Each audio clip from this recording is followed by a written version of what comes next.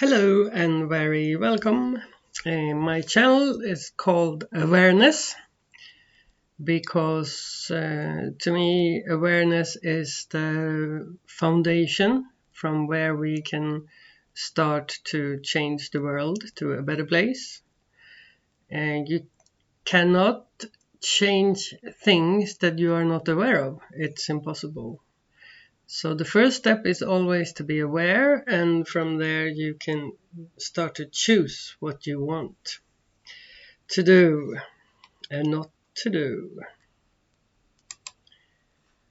Everything I post here is my highest truth at this very moment, which means that every day I'm learning new things, and that will change my point of view. So this is the best I can give to you at this moment. And I hope this will be for you as well, that your point of view will change a bit with my lectures. And I want you to think about this as a buffet. You can pick whatever you feel for having at this moment. Pick the goodies and leave what doesn't resonate with you. So if there's anything, and I guess many things that I'm saying, a lot of people will think that, oh, that's crazy, that's stupid. That's not what I believe. But don't judge, just leave it. If it's not for you, just leave it there and take whatever you want with you and just move on. That's the best way for all of us. We need a compass and a map. And first we need to know where to go. Where do we want to go? Where are we going? Where is it possible to go? If you don't know very many destinations, you can't pick them. You can't pick a destination that you doesn't know exists. And nowadays, a lot of people, they don't even think about where they want to go. If I ask people what's the goal with your life, they just look like, what? I never thought about that. Just survive the daily life is very often enough, and it keeps you occupied. So you don't have the time to really think about it. So here my intention is to show you all different maps, pieces of maps that you can put together, the pieces that you want to have. Create your own map and maybe get a new idea of where it is possible to actually go. And we need the compass because it shows you north or south. So if you want to go to the north, the compass can show you where north is. But if you don't have a map, you don't know where to go, it doesn't help you very much knowing where north is, because you don't know what is there and if you want to go there. So the map is very important. And you can see this is a treasure map. So you have this cross where the treasure is. And there is not only one treasure. The world is filled with treasures. And even the hardest journey have a treasure. You search for problems, even if you're not conscious about it. You do it unconsciously because you want to have the treasures, the gifts that comes with living through this problem. So you can, instead of looking at it as a problem, you can look at it as a challenge, a school, a possibility to grow. And we all have different maps, different treasures. And what I'm going to do here is to make the terrain more detailed and described it more in detail so that you can easier find your best route. Never forget that everyone makes their own unique journey. And it's very easy to look at others and judge them and say, oh, they're crazy. Why do they do this? Why don't they change? Why don't they do whatever? And it's also easy to look at yourself and compare yourself with others and judge yourself. And I would like to encourage you to see and respect other people for what they are doing. They have their own journey. They do what they do because they have to do that. That's on their list, to-do list. And focus on your own. Just send love to everyone, even if you can see it's for you it's obvious they go the wrong direction. Don't try to tell them they are doing wrong. You can, of course, you can ask them, you want to have a look at my map? Maybe they have a look at your map and say, oh, that's the wrong map. I'm not going there. So it's always up to everybody. Focus on your own journey and send love to everybody else. Then it will be perfecto.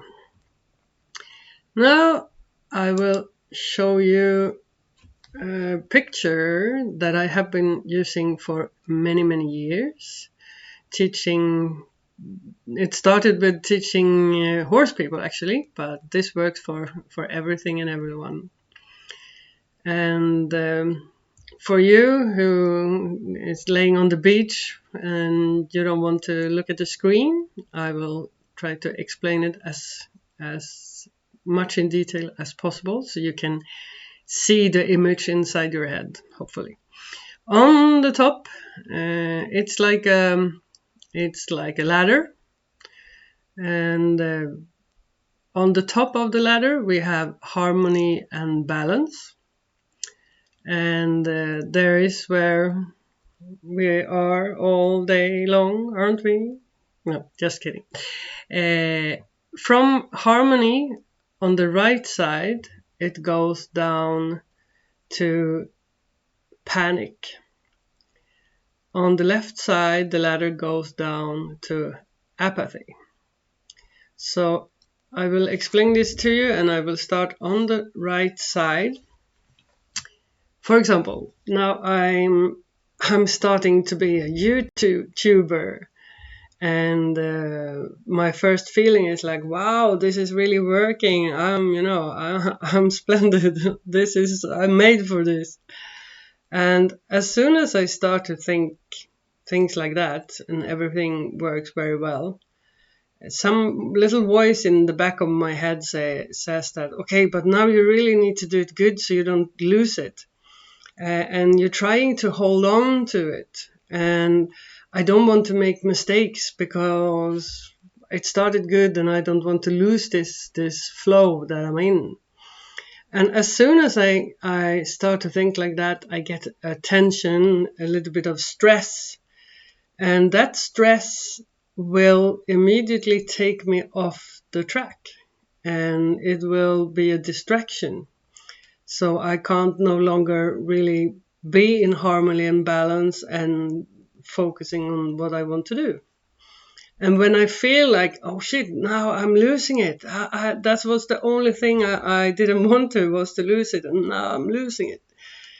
Then I get irritated, frustrated, and maybe angry. Maybe I threw the computer out of the window. And not all the time we go all the way down. But there is the bottom line is like panic. On the other side, the left side, it starts with, I had a very good plan for this video, and I'm doing it in English, which is not my language. So I had so many things in my head to remember, and now I really don't remember. I'm losing my focus. I don't know what I was supposed to say, and I get the feeling, oh, I can't really do this. I'm not good at this. I'm too old. How could I even think I could be a YouTuber? It's no idea. And I'm getting like sad, feeling hopeless. I just give up, and I get down to like I don't even want to leave my bed. I rather stay in bed. I can't do anything, and then I'm going down to some kind of apathy. And when we look at this, we can see that thoughts, which I talk about in the last video, how important it is that we start to be aware of our thoughts. Here I talk about emotions, but you can see they are very well connected. So you can't really separate thoughts and emotions very easily because they stick together. So if I have a thought about I can't do this, it doesn't work. And the feeling of feeling worthless and not good enough is coming together with the thought, and the opposite as well. If I have a feeling that I'm not good enough, I get the thoughts of not being good enough. And on the left side, there is an arrow going from the bottom to the top, and that explains the mental capacity. And it's your mind, it's your thoughts, your mental capacity. And the lower you get in this ladder, the more close to stress, panic, apathy, furious, anger, the less connection you have to your brain. And you can't really get the connection. The higher up you are more in harmony and balance, then you also have a good connection to your mental capacity. It's also possible to go from one side to another, to like flip over. One example is if there is a big catastrophe, people start to panic, and then they realize I can't do anything about it, so they just give up and they just sit down and wait for whatever to happen. Or the opposite, they can be like in shock and they don't move and they don't do anything, and then all of a sudden they start to run around in panic. So you can move around in this a little bit, like up and down from one side to the other. It's not like you have to start from here and go to there. And why am I showing you this? Because I think it's a good way to start to realize what is happening, and you can start to have this image in your head, so that you can be aware of if you start to go down. And this is a part of the detective work that I was talking about in the video I did before. Let's move to the next one. This is a nice photo from my terrace, but because of weather conditions and sun and shades and stuff, I realized it was too much work to do the lecture outside. So you will be with me in my terrace like this instead. My whiteboard is here for you. Are you in control of your emotions, or do the emotions control you? That's the big question. And what do I mean with your emotions control you? How can an emotion control me? One example, if you have this thought about yourself that you're not good enough, you can't do anything right, when you try, you always end up failing, and these emotions or thoughts, both together, will keep you in a lower state of this ladder. And like I said before, when you are on the lower steps in the ladder, you don't have a very good connection to your brain, which means that if you want to do something good, you can't really do it because you're already on a low place. So it's like a prophecy that comes through true, and you make it come true because you're down there. And that's how the emotions can control you. That is one example. So to be aware of your emotions, what do they tell you? Do they limit you somehow? Maybe you can have this feeling of you shouldn't be lazy. So every time when you want to go for a little bit of a holiday, if you want to relax, some voice in your head say, "Oh, you're not good enough because you're lazy. It's not good to be lazy."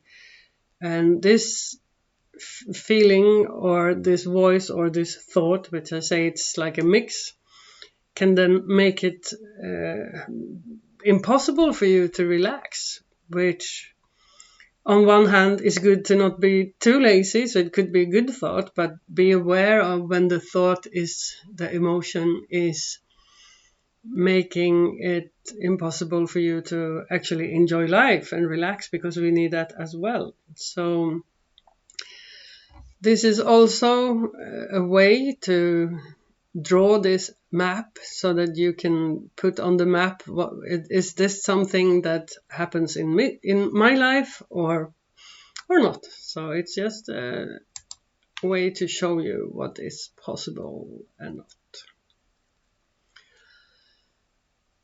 Next picture here is, what about your relation to emotions?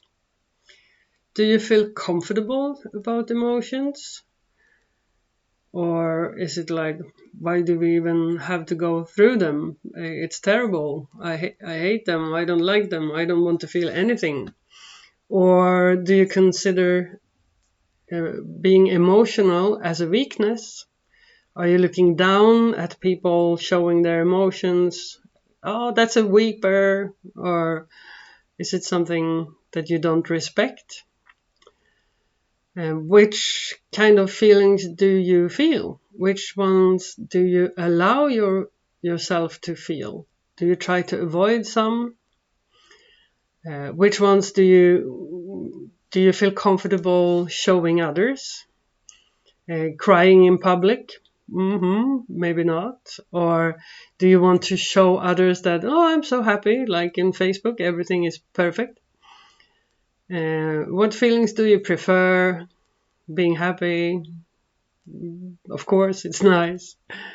How do you handle different emotions? What do you do with them? Do you get furious?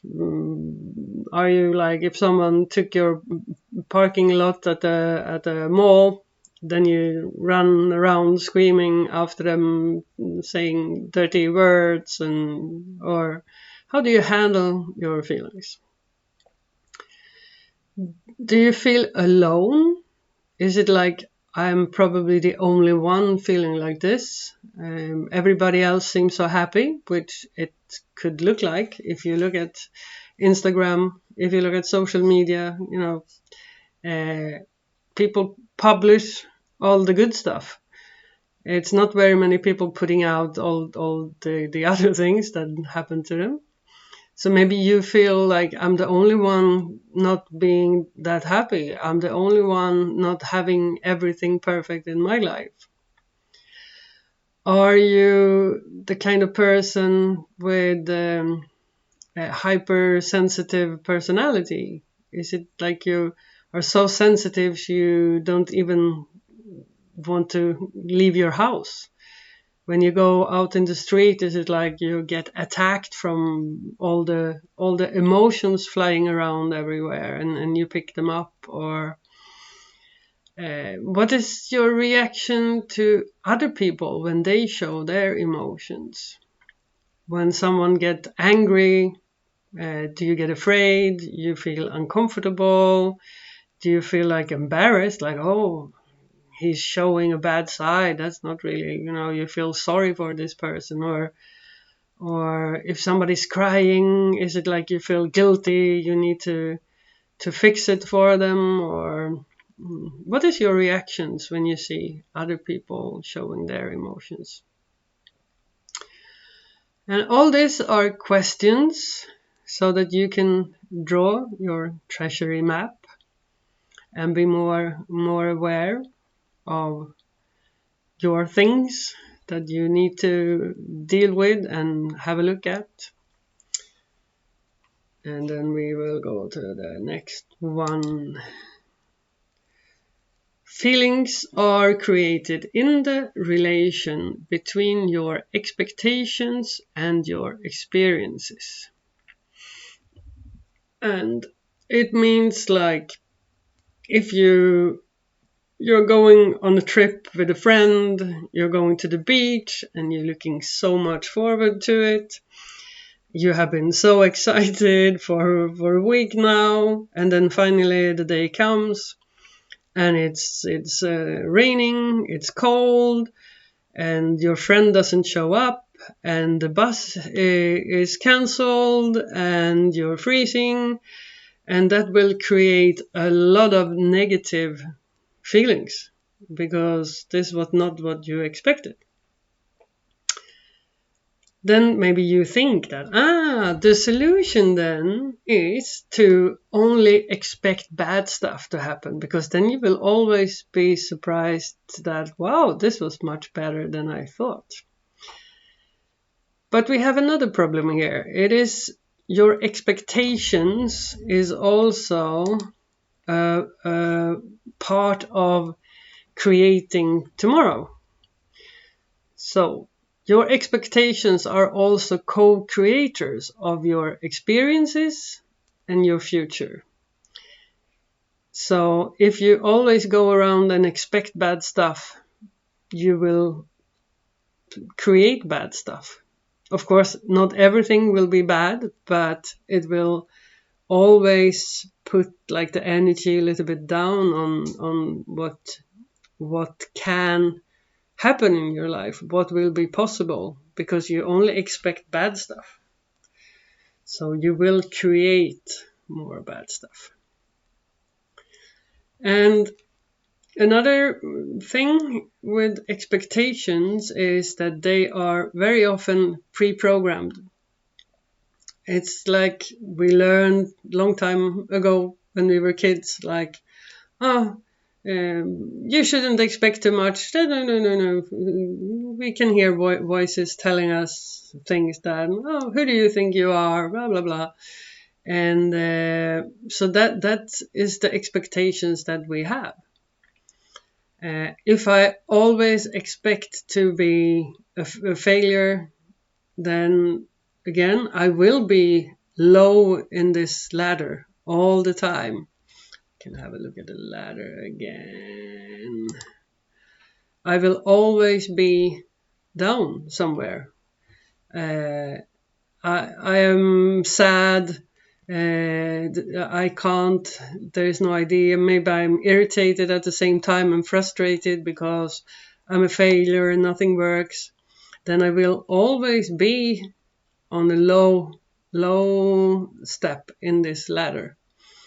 And I can't reach my mental capacity, which means I will fail. And then where are we? No, we were here.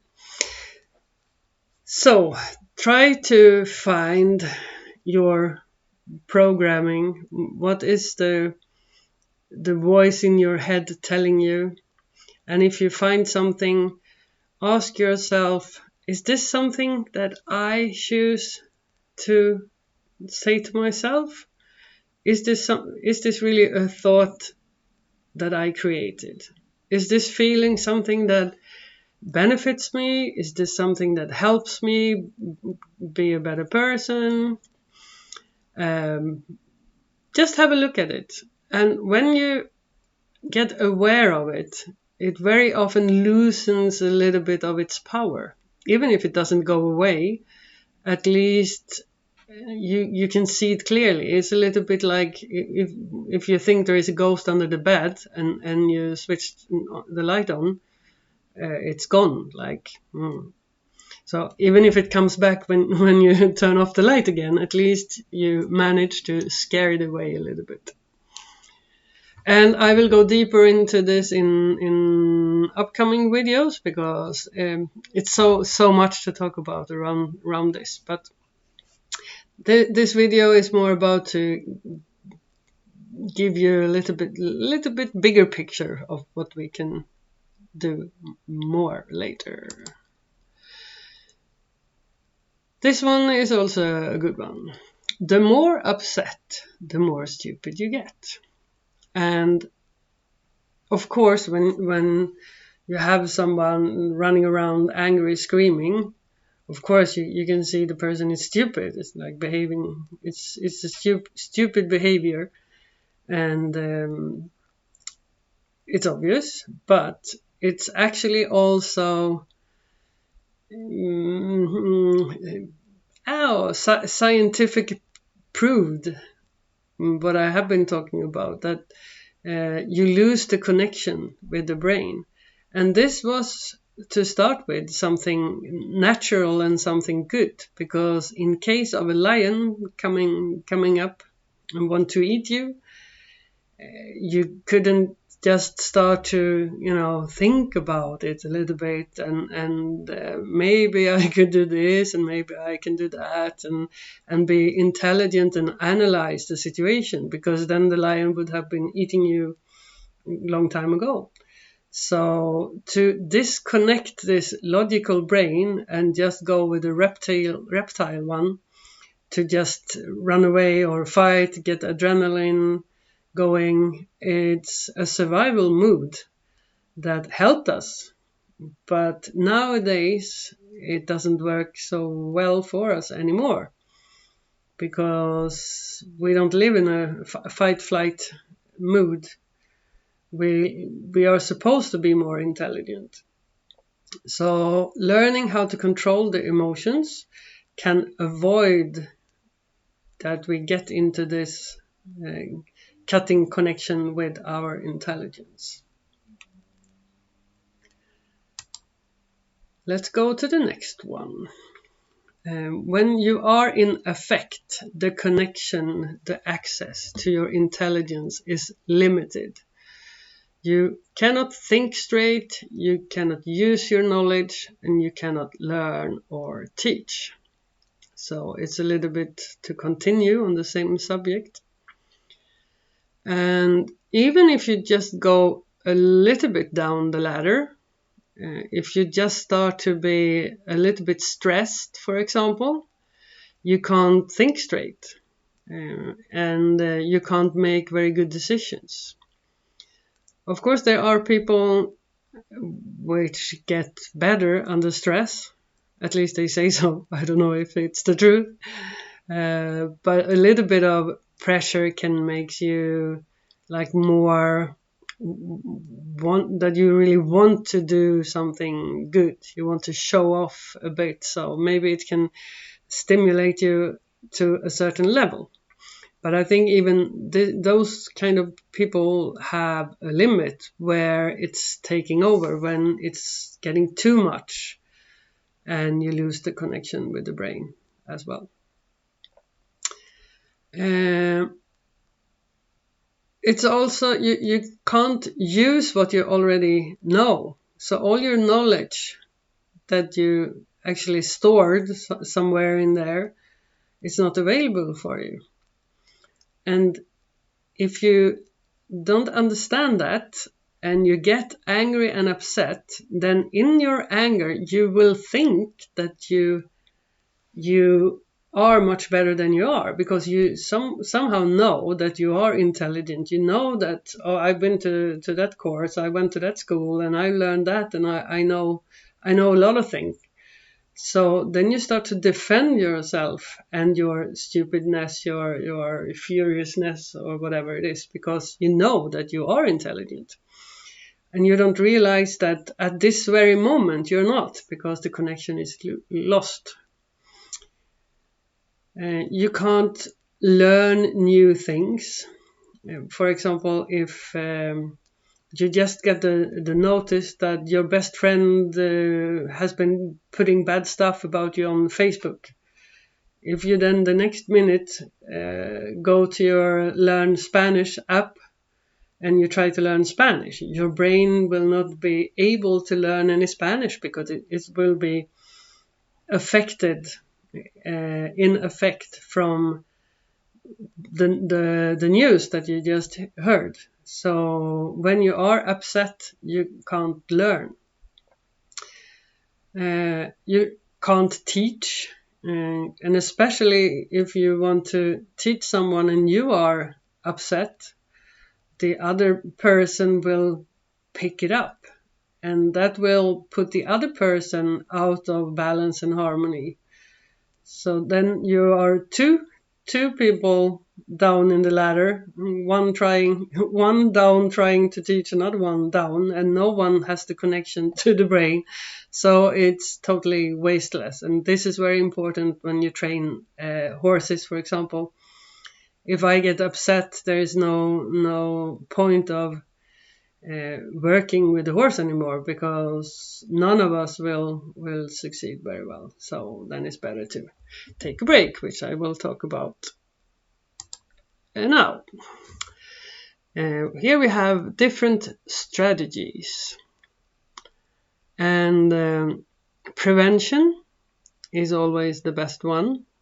If you can find out how to avoid the things before they happen, then you need to write this map and see where do I need to practice some strategies. And some easy strategies is to take a time out, to breathe, to have a little stop meditation or something like that. Just have a cup of tea. And another thing to look into is, are you able to say stop? Do you dare to say stop? Do you feel comfortable to say stop? For many reasons, it can feel like a failure to stop something, because it's like admitting I was wrong.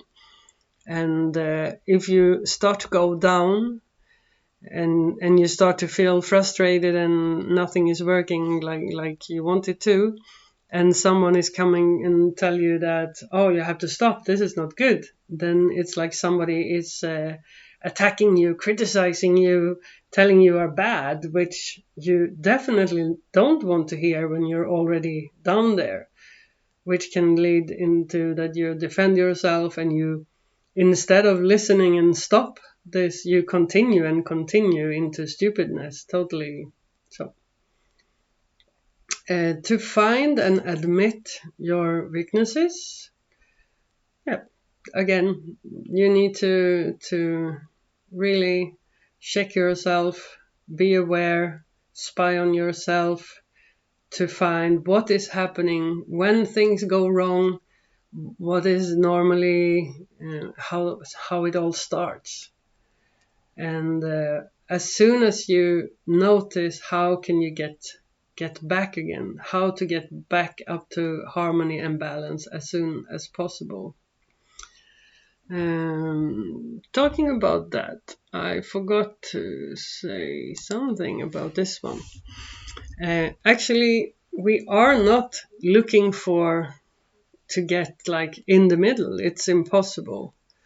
So even when we notice that we are on the wrong way somewhere, Of course, we want to move back to harmony and balance, but there isn't. It's not possible to always be in perfect balance. And even if we could be perfect all the time, what would be the purpose? Because if you are in perfect harmony and balance, you're perfect all the time, then why should you even be here?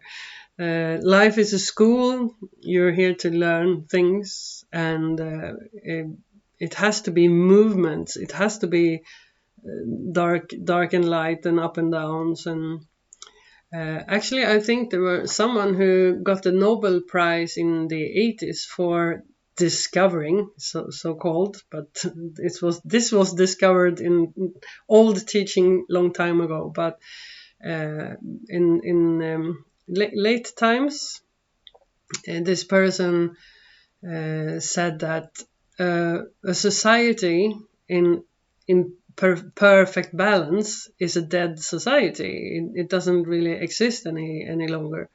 So for something to exist, it needs to move between order and chaos. It can't be static. So the balance need to be moving. It can't be a fixed point, because if it's fixed, it's dead. It's nothing. It's not moving. It's not alive. And it's the same for us. If we are perfect in balance, then we can go to, I don't know, to nirvana and just sit there. But we are here to learn, to experience stuff.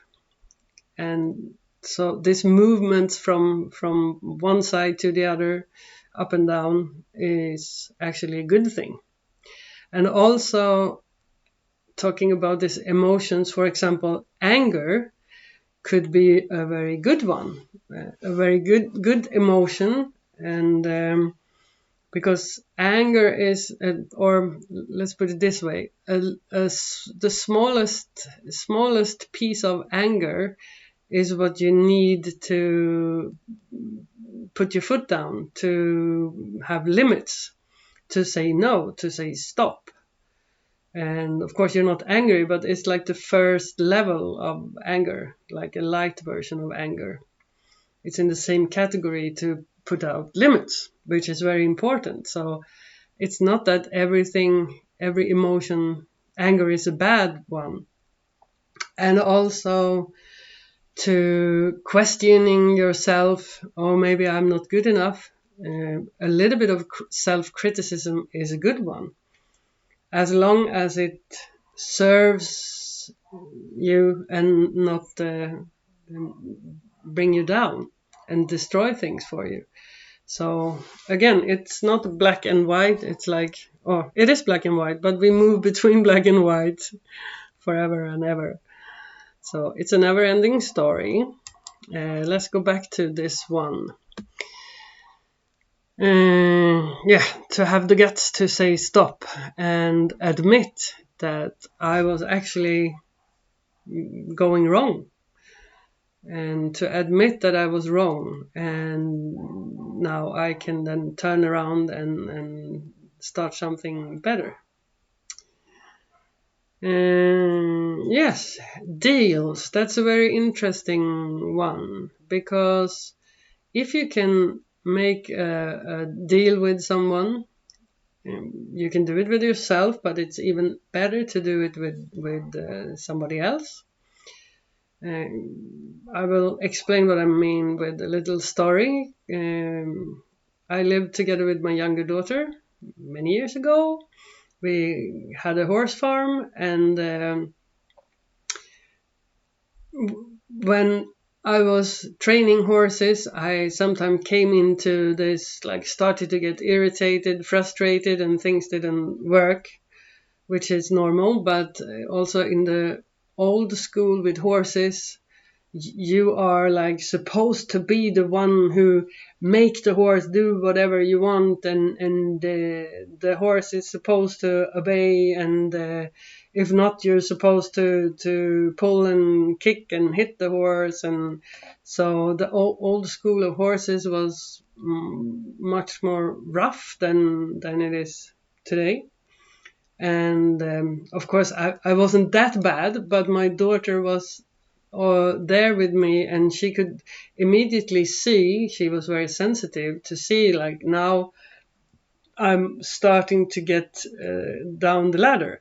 Now my mother is getting irritated, and she did this in a very good way. She just came to me and say, "Oh, maybe you should have a cup of coffee or a cup of tea, or maybe you should have a break, or maybe I can take over from here." And she could say it in a very nice way. And if you have someone, maybe a friend, your partner at work, that you could talk to about things like this, then you could have someone there to help you avoid going more down the ladder. And we don't talk so much about these things. I think we should do very, very, very much more than we actually do. And if we could talk more about it, we could also help each other out much more. Now it's more like when somebody is going bananas, we just watch and say, "Oh, he is crazy." We don't really know how to help. And like I said before, when the person is very low, they can't really take your help because they will see it as a threat, as you're judging them or saying bad things to them. So if you can make this deal, if you can talk about it, maybe you can find like a word to say or a phrase to say, then you know, because you talked about it before. Like, when I say this, I notice that you are going on the wrong way. And then it's more easy to take it because you have talked about it before. So if that is possible, it would be the ideal solution. It's not always so easy, but just wanted to mention it because it worked very well for me. Post-it notes. Yeah, some people have the whole whole house full of post-it notes with the intelligent message, and maybe after 2 days you don't see them anymore, but it could be good to put a note somewhere, put it on your mobile phone, put it, somewhere where, you will read it. You can have like an alarm going on telling you to breathe, to check yourself, just something to remind you to take a breath. Coaching, it's also important, and it could also be a prevention. If you have someone you can talk to, could be a friend if the friend is aware and knows how to have a more of a coaching session, or there are people working with this all over the world and they are really here to support. And when you talk about things like this, you will see everything more clearly. When you have put it into words, you will like see it outside yourself more, because when it's in there, it's a mess in there, and it's sometimes very hard to see anything really clear in the mess. So when you put it into words, then you have the distance, you can look at it, and then you will be more aware and you can make new choices. And don't hesitate to ask for help.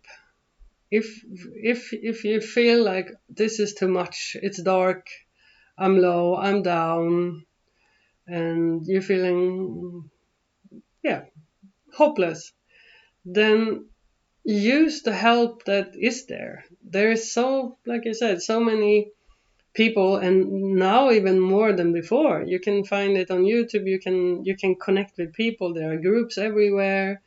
So try to get out there and reach out for someone, something to help you up a little bit. And of course, in when we are in a good place, we're supposed to choose our own path and not follow guides and stuff like that. But the first step, maybe you need somebody to hold your hand, to help you out there. And there's nothing wrong. It's the opposite. Give yourself all the help you can get on the way. Be nice to yourself. That's important. So here, the last thing. It's not that I'm saying that we should avoid, suppress, or deny emotions. Just because we start to be aware of that there is a spot where there is harmony and balance, doesn't mean that we should try to stay there all the time and avoid things that makes us feel, or deny that we actually are feeling something. And when we were small babies, and things that we couldn't understand or didn't feel well about happened, we had to avoid, suppress, or deny it, because we didn't have the capacity to deal with the experience. And that's also a very deep topic, which I will do more about in upcoming videos. And what we want now is to feel, experience, use, and process. So feel the feeling and experience it and use it. For example, your feeling can tell you, is this feeling good? Do I want more of this? Is this feeling bad? Maybe I should walk the other way. And to process it is like feeling it, accepting it, embracing it, and then let it go instead of holding on to it. And that's also a deep